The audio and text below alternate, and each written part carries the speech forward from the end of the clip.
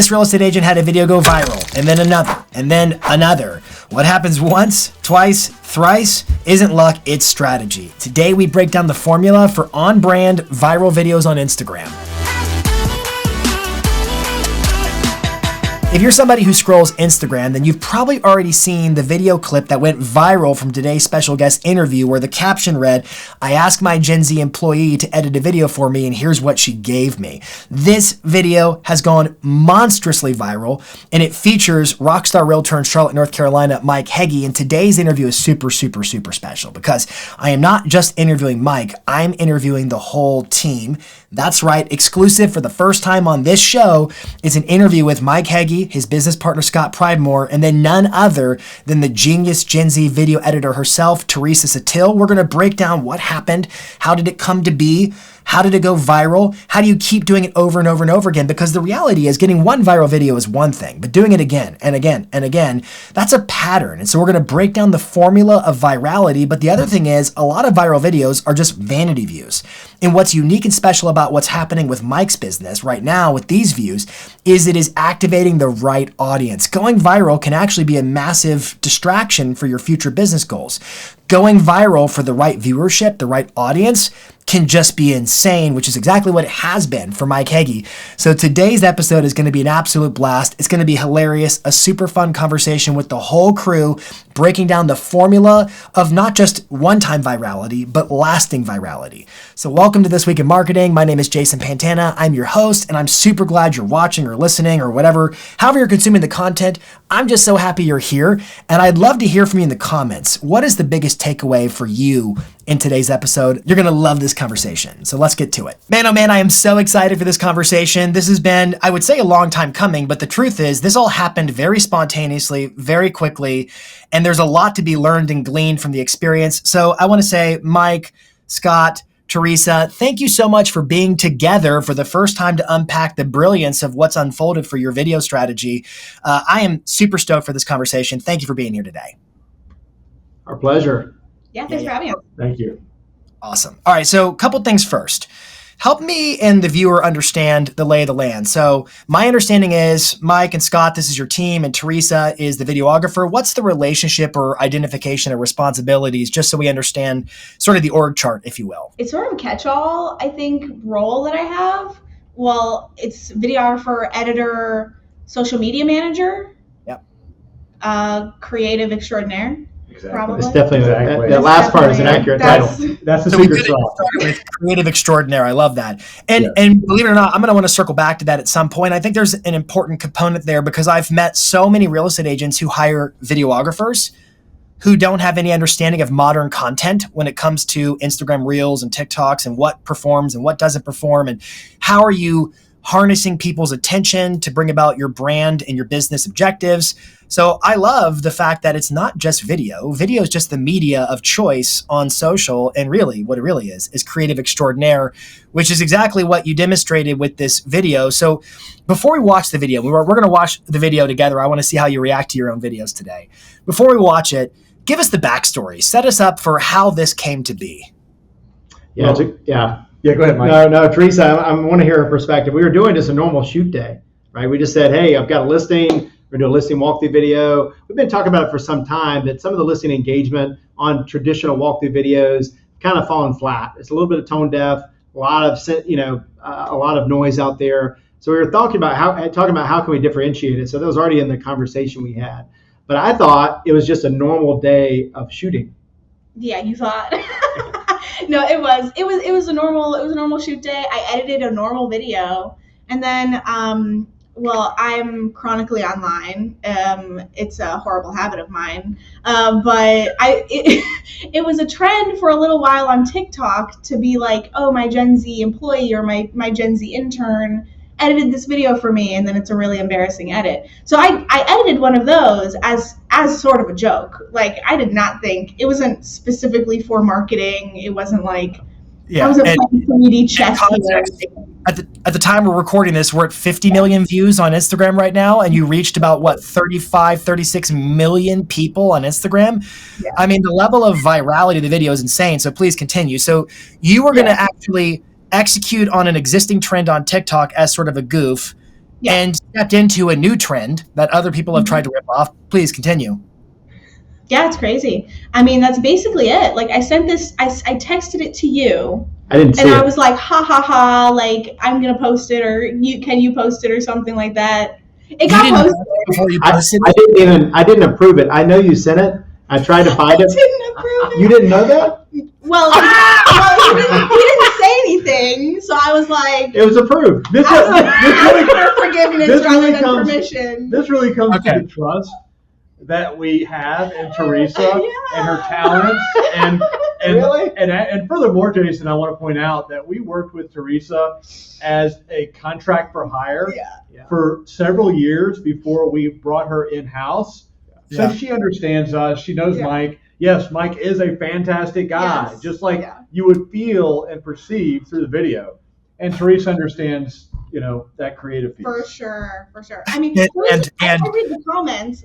A lot of the reason why people love it is because you seem so like charming and nice, and like people are like, oh, this guy's so cute, like he's so earnest. The earnestness in which you trust me as your editor, I think, is what people think that's funny. Because it was certainly endearing in terms of anybody who viewed the video's response to Mike. It was super endearing, and I love the fact that you didn't know that this was a speak now or forever hold your peace kind of approval. Yeah, for sure. Yeah. All right. Yeah. That is a great way to describe it. So here's what I want to do. I want to play the video, and I just want to see how you react to it. And I also want a lot of people watching the show likely haven't seen it before or maybe listening to the show. The good news is whether you're watching or if you're listening only, if you're on Spotify or SoundCloud listening to this podcast, what you're about to hear is going to sound absolutely bizarre. So you may want to jump to YouTube to watch it. I got to get your reactions to the actual video that went viral. So let's pull that up on screen. All right, so we've now changed the name of you guys to Creative Extraordinaire with 2 R's in Charlotte, North Carolina. That seems like it should be befitting for the rest of the call today. I want to get your reaction to some of these videos. Allow me, if I could, I just want to share the screen so we can all see the videos together. I just want to see a reaction to the brilliance, the creative extraordinairism, that's not a word, of this video here.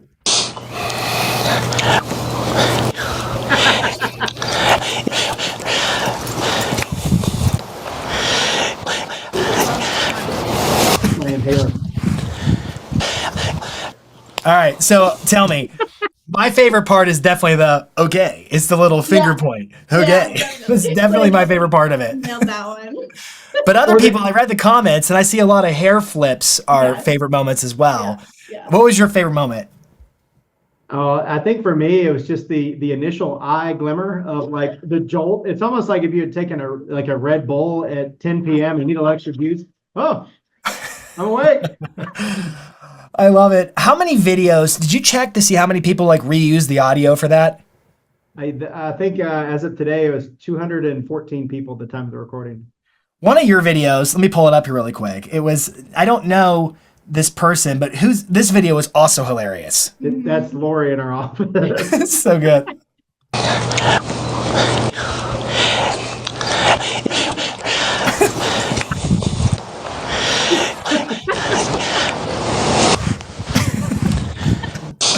So good. We're gonna be so good on that one. And someone was like, "Call back later." Call back later. That was so good. Hey, I saw that same comment. That was definitely my favorite comment. Call back later. It's so good. I think what y'all did is so interesting because other people have had a viral video and they just haven't known how to keep going.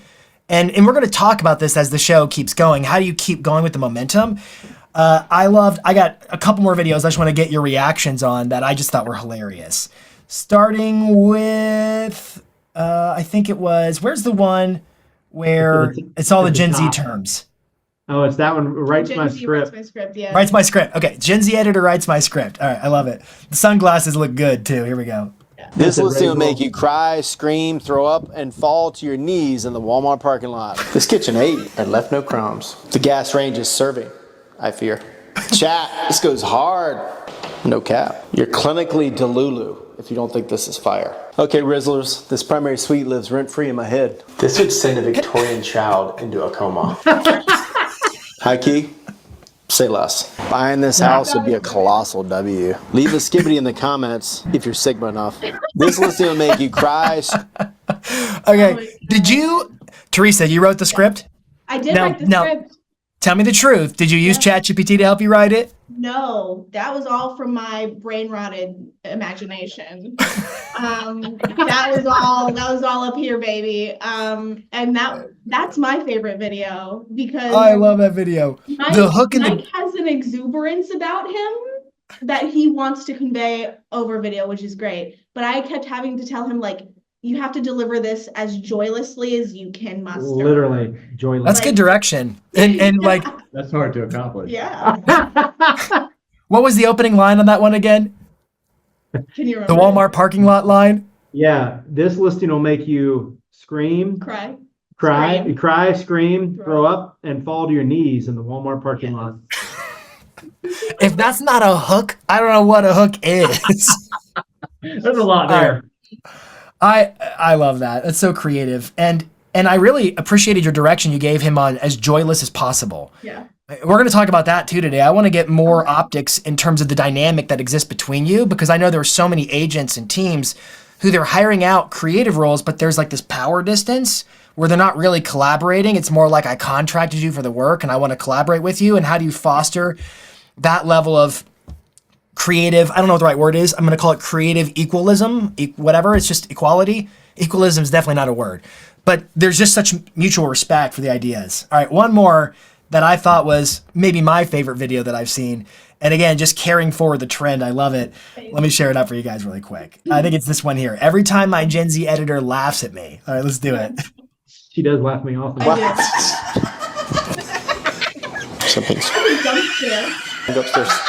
Picture yourself relaxing here. Picture yourself I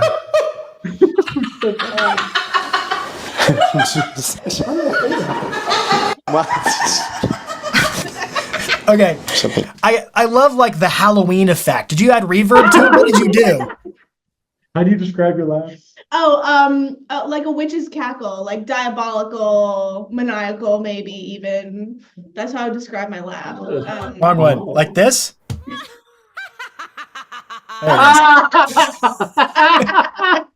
I got little buttons in front of me. I don't know what any of them do, but I found the right one. For me, I'm so honored. So tell me, what do you edit in? Is it CapCut? What are you using? No, I'm using Premiere Pro. Okay, Premiere Pro.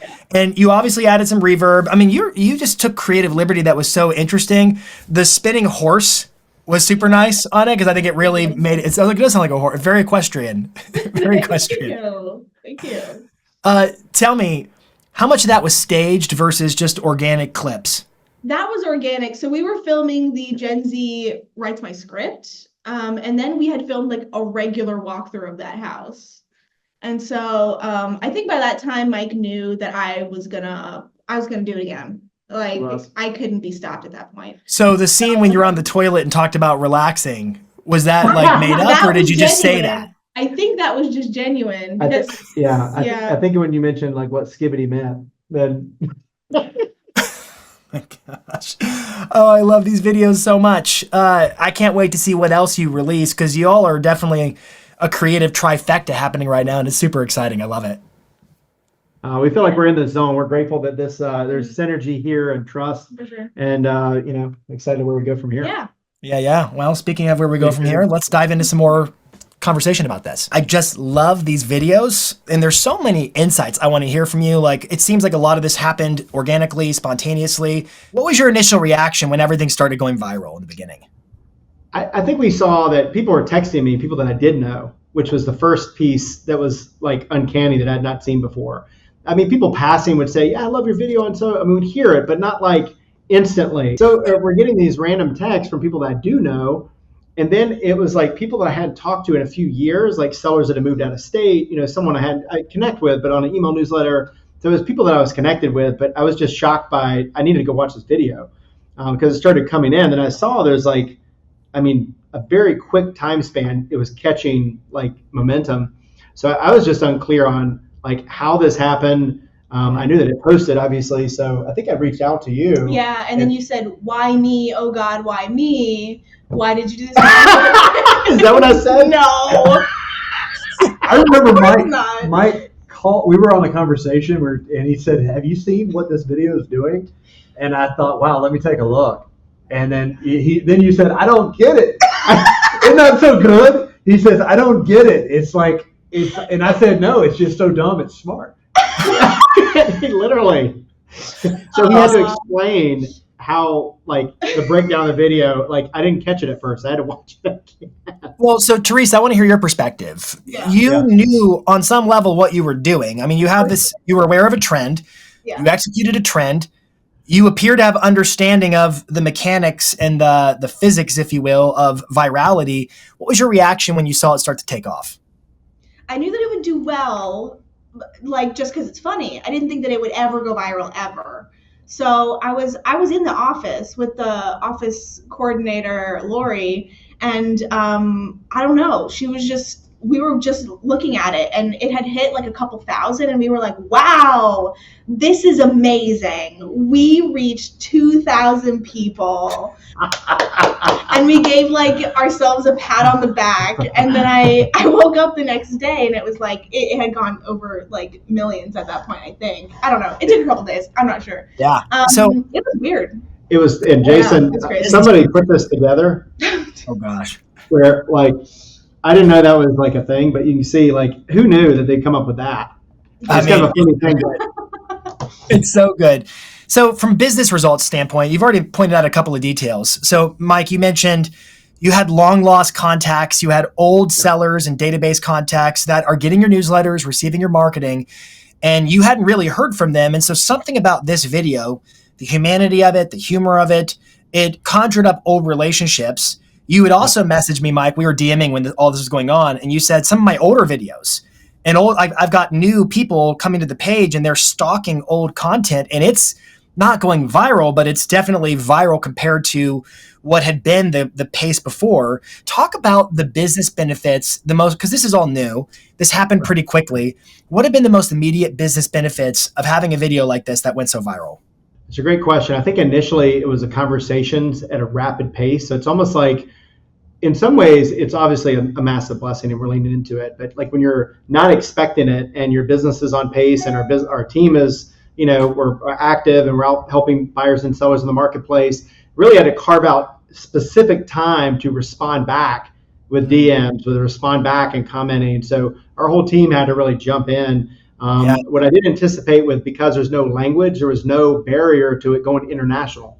So my international clients were literally like several Brazilian clients and other nations taking influencers in that market, putting their language over the caption and pushing out to their people. So people that were international clients of mine were reaching out saying, dude, this so-and-so, you're huge, you're on Globo Network. I don't know what Globo Network is, but I'm thankful to be there. So, Mike, maybe you should share the experience you had a seller client that wanted you to do a live based on your performance through the viral video. Oh yeah, for sure. We have a listing sitting for a little bit, and it was interesting because she reached out, she saw the video, and nothing to do like with real estate. It was another page, a mommy group she's in, and they posted, she's like, that's my realtor, what's this video? And so she contacted us saying, hey, I love what you did. Do you think we can do a joint live together and like promote, the house on there? And I said, absolutely, we could do that. So we jumped on a live to make that happen, make that a reality. So that and current clients, past clients we've helped in the past, and also the PR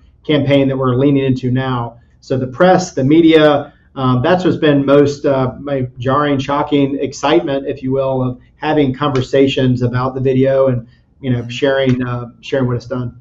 So I've seen so far, I saw Today has done an article on it. BuzzFeed's done articles on it. You've been contacted by major news outlets. I saw in my own feed, Gary Vaynerchuk was redoing the same trend. And so what's crazy to me is, and Teresa, I want your comment on this. You were reacting to an existing trend. My Gen Z video editor did blank. And then you made a new trend. What's your feeling about all that? It's just inflated it's gone straight to my head. You see how big her head is now? Look at this.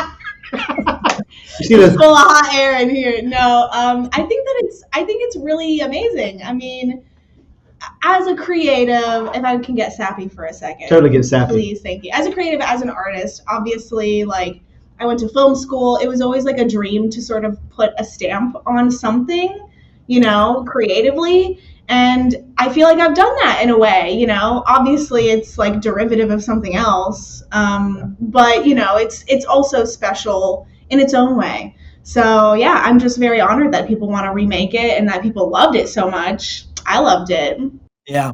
So, Teresa, this one's for you as well. What have you learned, or what could you share about what you know and what you've learned with the audience watching and listening about creating shareable content? And I would love to hear your perspective on not only how you go about doing it, but really the dangers and perils that can come along with it. And what is the art of shareable content? I think dangers and perils, I mean, like, you guys sell real estate, right? So, like, we don't want to, like you said before, people coming to our page expecting, like, specifically only comedy content and not wanting to be, I don't know, marketed to for real estate, but that's our business, obviously. So that was obviously sort of like trepidatious, I think. I don't think that's really happened. But I think the benefits and the goods far outweigh that concern, because now I think people just want to see you and your personality, because they've gotten a sense of that from the video. They want to see authenticity. Like, they don't want to see anything that's super curated or like scripted or fake or whatever. They want to see you guys having fun, and it's easy because private properties just have fun. Well, I think you really said it all. I've encountered, if I could share a perspective, I've encountered so many different real estate agents and other folks who are running a business, and they had a video go viral. Maybe not 50 million views viral, but millions of views viral. And they say, Jason, what do I do to capitalize on the momentum this video's created? And I say, well, tell me about your video. And they'll say something like, oh, it was the cutest thing. My puppy dog was flying in first class. And I'll respond and say, so the video has literally zero to do with your audience, your business, and it's an unrelated topic that went viral. And they say, that's right. Isn't that cool? And I say, well, it's actually unfortunate, because what you've really done is you've now mistrained the algorithm to misunderstand who your intended audience is. And so now you've got this influx of people who want to see puppy dog videos in first class videos on your page, and there's a misset expectation of what they came there for versus what they get, but they chose to follow anyways, hoping there may be more, and so now they're tanking your engagement rate. So that means any future videos you make that are for your intended audience, not your new audience, are always going to fall flat because you messed up your algorithm. And so I think what's really special about the way you all did this is you promoted the right themes. Real estate's always been a know you, like you, trust you business. And my natural reaction, and I'm willing to bet others, and I'd love to hear your comments, of course, natural reaction to watching these videos is, man, they seem like fun. I really like them.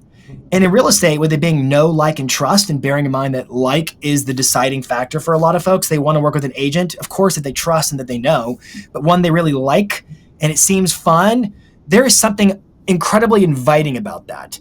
What's also fascinating is you've done a very excellent job of weaving the humor in, which spills into my next question. I want to ask the question, but then I want to give some context, and I'd love your perspective. I wrote down, how are you, or what are your insights in terms of maintaining the momentum created by the viral video? A lot of folks have one go viral, and they're like a 1990s one-hit wonder band, and then it's done. You have not had one go viral. You've had one go mega viral, but you've had 2 cents go viral. And you've done this really special combination of retaining the humor style, but also making it about real estate. And so I'd love to hear your thoughts and strategy on how you've maintained the momentum. Yeah, totally. I mean, for us, the one hit wonder, it's interesting because when we put that out and we saw what it was doing, we knew that the time lapse was really important, to not let too much time elapse while we have a captive audience. So we got together right away and decided to pump out 2 additional follow-ups to that, knowing what we now know. So I think the speed of delivery and execution was really important. When you have something like this happen, you have to kind of jump on it if that's the intended, consequence you want to see happen, right? The other thing is, I mean, Scott, we've been pumping out content for like a decade. Very little love, no engagement. I mean, like, we've gone through all of the feels, and like, I think consistency wins because eventually you figure it out. Oh, absolutely. Consistency. That's one thing we have been, is consistent, right? And that's one thing we can definitely check that box, and we'll continue to do so. But adding the creative piece, right? And then maybe the less curated, right? I mean, we've gone through all the iterations of what we feel that we should be doing on social. And that's where I think Teresa adds tremendous value around the overlay of the creative. No question. For sure. The momentum piece, Jason, what we want to do is we pinned a comment at the top. What did you like about the video? And what we found was hundreds and hundreds of comments related to, we love the authenticity piece. I mean, some of it is popcorn eating worthy, right? If you have this happen, like it is, you have to go to the comment section. Let me just say that. But beyond that, like you learn, what does the audience actually want to see more of? And how does it relate? So if we're in front of the house and we're talking in Gen Z speak, no cap. And all the Rizzlers out there, one this love. One's for you, Rizzlers. This one's for you, Rizzlers. No cap was my favorite on that video, by the way. And what is that? You made like a sound with your. There was like a pop. No cap. No cap. Anyway, it was off the chain. That's not Gen Z, is it? I think that's more nice. I think. That certainly aligns with who I am today. Excellent. Yeah.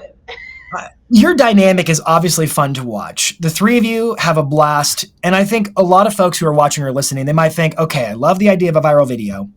I hear you when you're talking about, okay, make sure it's on topic and it's for your audience. Otherwise, you're going to cultivate the wrong audience. And you're going to have an outlier that's going to prevent future success. And so, Scott, your comment about consistency, doing the reps, it really matters. But then also, Mike, you talked about people want to see authenticity. They want to be related. They want to relate to you in some way. Teresa, I'm thinking about your comments of you wanted to put your stamp on something, you want to have creativity. And so clearly you're playing in your own sandbox now of just massive creativity in terms of short form content.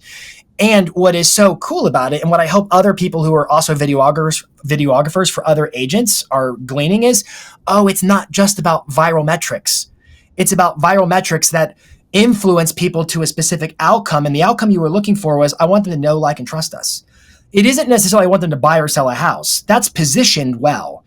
But this idea of being in your face and saying, I want you to buy or sell a house for me today, do it now, that's just too in your face. And I think you did an expert job of positioning it, but not pushing it per se, and pushing a much more achievable metric of know, like, and trust. And I think that's newsworthy.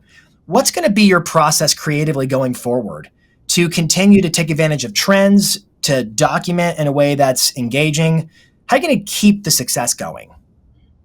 Yeah, we've had some roundtable discussions, and our process is, when this happened, let's dissect like how we think it happened through the comments and the engagement, through the stories and what'd you love about this video, to the pinned comments and what'd you love about this video, to the DM responses, and all those metrics taken in. And then we sat down and we said, what do we want our brand to be going forward? Yeah. What is it now? Who are we? And how does that align with our brand?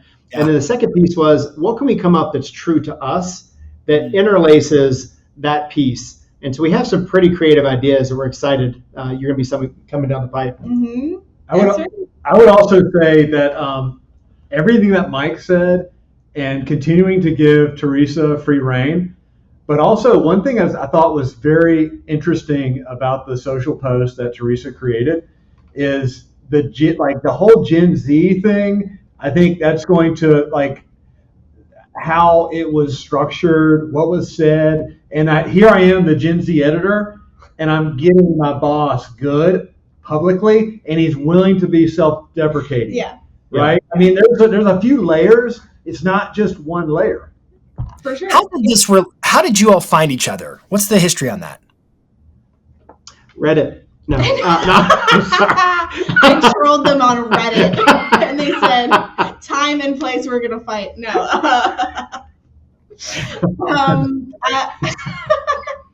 I was working for a media company that has now closed its doors. I was their videographer through that company for many years, probably like 3 or 4 years. Yeah. And so that sort of working relationship and sort of happened then. Like and trust was built, obviously, and then they hired me in-house in February of this year. So and then they took me off my leash, and now I'm feral. And I think that was She's feral. that's the real success here.